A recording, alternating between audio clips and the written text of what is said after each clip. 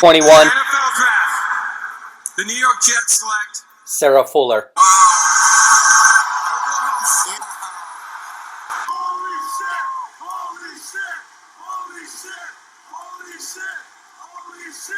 If you're looking at the plus side of Her. she's under 6'1". She Finds lanes to throw. She's thick in the chest.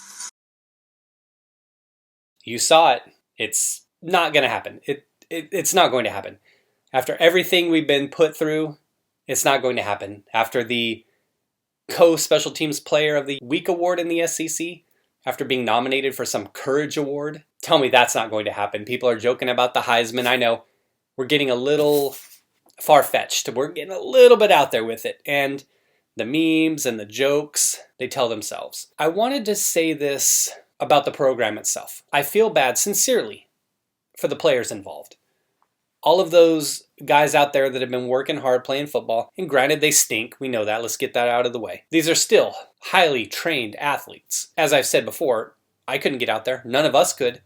These guys have been playing since they were kids. So I feel bad for all of those guys that have been doing this, something they love, probably since 5, 6, 7 years old. To have somebody who was on the team for like 3 seconds come out here, given a platform to give some kind of speech to the team at halftime. Not a 5th-year senior, not a senior, 4th-year junior. Somebody that's been on the team, in essence, for 3 seconds, got given a platform. Coach got fired. Vanderbilt, usually known for being a joke on the field, is now a joke on the field and off the field. The SEC, now seen as a joke for giving her that award. College football in general, embarrassed because of this PR stunt. I feel bad for the guys. I feel bad for the players. As I said, they've put in those years, blood, sweat, tears, just to get here. And granted, none of them will probably get drafted. I don't know what their team looks like. Maybe 1 or 2 guys would latch on to a practice squad or get to play overseas. But there were some grumblings early this week about some kind of potential player revolt. And now we hear Friday night, as I'm shooting this video, that their game tomorrow on Saturday against Georgia was canceled. They are talking about potentially moving it back to December 19th, possibly rescheduling it. They blame the Rona and Vandy not being able to make their numbers. Well, that begs the question. There's at least 15 or 20 girls on that soccer team, at least.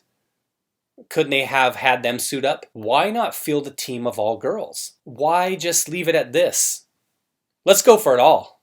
Go for the gusto, as they say. Let's get the first fully female college football team out there. Starting 11.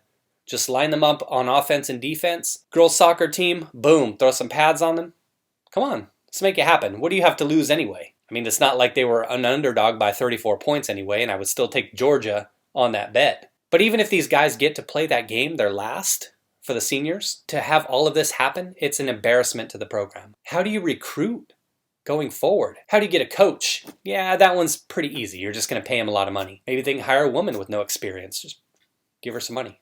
But how do you recruit? Imagine being a recruit. Granted, Vandy doesn't get the top tier recruits like Florida, LSU, Auburn, Alabama, schools like that. But how do you recruit? Even for guys that don't get a look for those big name schools? If your option is, say, Kentucky's on the table, Tennessee, South Carolina, and Vandy, schools that are traditionally towards the lower rungs of the SEC. Kentucky comes calling and you got Vandy as well. Maybe throwing a lower tier school like Florida State seems to be lately. You're not picking Vandy, because why would you? Why would you want to be associated with this circus? And I heard they were going to take the circus on the road with them to Athens, Georgia this weekend. P.T. Barnum and Bailey's in town. Why would anybody want to be associated with that? There were some in the media saying how courageous she was. Very few. Publicly. I'm sure privately a lot of these strange individuals thought this way, but they were trying to compare her to Jackie Robinson. Jackie Robinson, first of all, that whole thing was a farce as well. Moses Fleetwood Walker, look it up. I always have to rib my SoCal peeps with that one. He wasn't the first black baseball player. Moses Fleetwood Walker, look it up. So I have to give them a ribbing every year when it's Jackie Robinson Day. I call it Moses Fleetwood Walker Day, just for fun. That story, farce, but it's a better sell than the Moses Walker story. Now in this case, people are trying to compare her to Jackie Robinson. You're telling me that all the hugs, all the praise these awards that she's gotten, that Jackie Robinson was getting those same hugs and awards back in the 40s as he went around, as he traveled with his team, the Dodgers, as they went from city to city, he would just show up and they'd be like, yeah, Jackie, we love you. All that racism stuff, forget all that. You're the best. Come on over and eat. Free stuff at the store, whatever you want. You're telling me that Jackie Robinson was getting all these awards? And then that's how you're comparing Sarah Fuller to Jackie Robinson? My guess is Jackie Robinson's treatment was a little bit rougher. Just a little bit rough. Just about like that much rougher than what Sarah Fuller's getting right now. That much. Maybe that much rougher. It's a joke. People are a joke. But there's only a few people that are saying that stuff, so I'm not really going to sweat that too much. But I just think it's funny, the kind of things they say. There was another article where the author, and these aren't even journalists, they're advocates, right? Another advocate was trying to say that she taught the team more about winning in her short time there than the coach ever did in 7 years. Somebody clearly doesn't know football. But that's the thing.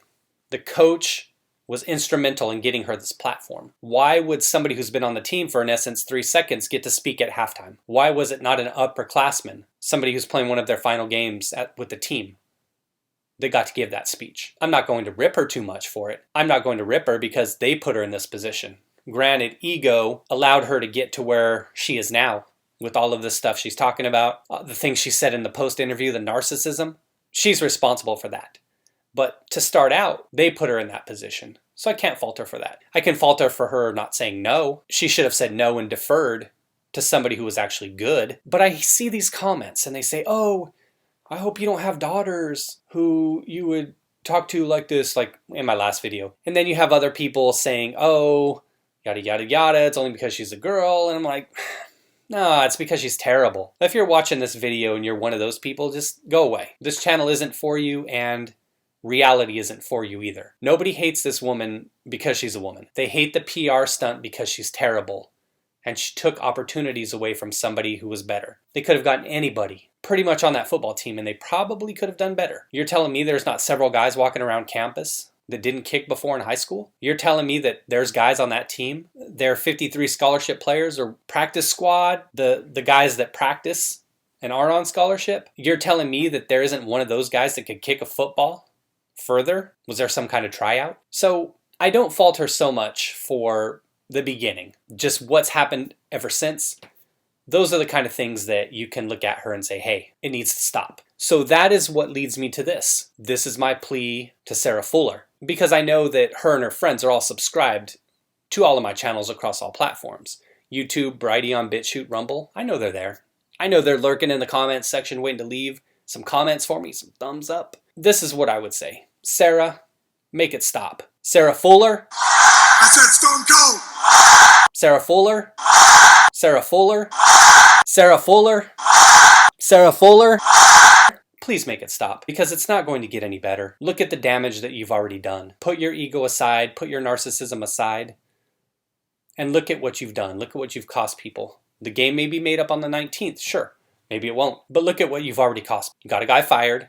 Probably would have been fired anyway. Getting nominations for awards and getting awards that should have gone to people, men, who actually performed well. Look at what you're taking away from people just because what's between your legs.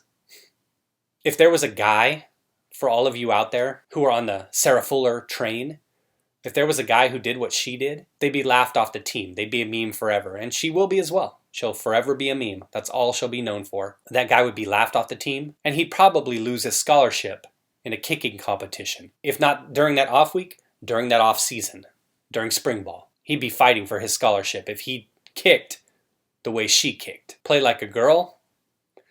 Not if it means kicking the ball like that. But Sarah, please end this. It doesn't get any better. It's only going to get worse for Vandy. The more you're out there in the limelight, the more you're sucking up attention. And granted, they're giving it to her. I can't really hate on her for that. If there's some money to be made after college, sure. I'm sure she'll get the Netflix special, memoirs, interview circuit like I talked about. She'll probably get a public speaking career handed to her. just because of what's between her legs and because of this situation. But please distance yourself from the team. Please make this stop. Please let those seniors, if they play on the 19th, please let them go and play off on their own. Just distance yourself from the program. Because honestly, that's the only way that these players can get closure, peace of mind, distance themselves from this, and the only way that this dies down. Put the ego aside and just realize that you're a terrible football player and that you have no business on the field. Do something bigger than yourself for a change, rather than just taking in all the limelight and only thinking about yourself.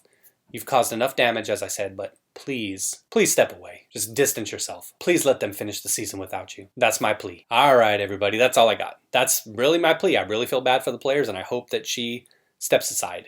I have a feeling it's only going to get worse from here. Thanks for watching, everybody. Take care, be well, and have a good weekend.